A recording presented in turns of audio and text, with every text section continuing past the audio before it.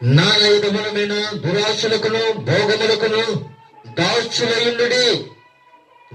మరి దుష్టత్వమును ఎందు అసూయందును కాలము గడుపుచు అసహాయమై ఒకరినొకడు ద్వేషిస్తూ ఉంటుంది.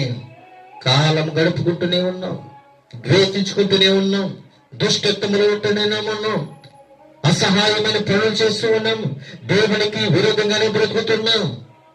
కానీ ప్రియమైన దేవునికి బిడ్డలారా, దేవుడు పరిశుద్ధాత్మ దేవుడు త్రాగుబోతు విందులలో ఉంటే మనం ఏమైపోతామో, దేవుని యొద్దకు వస్తే మనం ఏమి సంపాదించుకుంటామో ఒకసారి జ్ఞాపకం చేసుకోండి.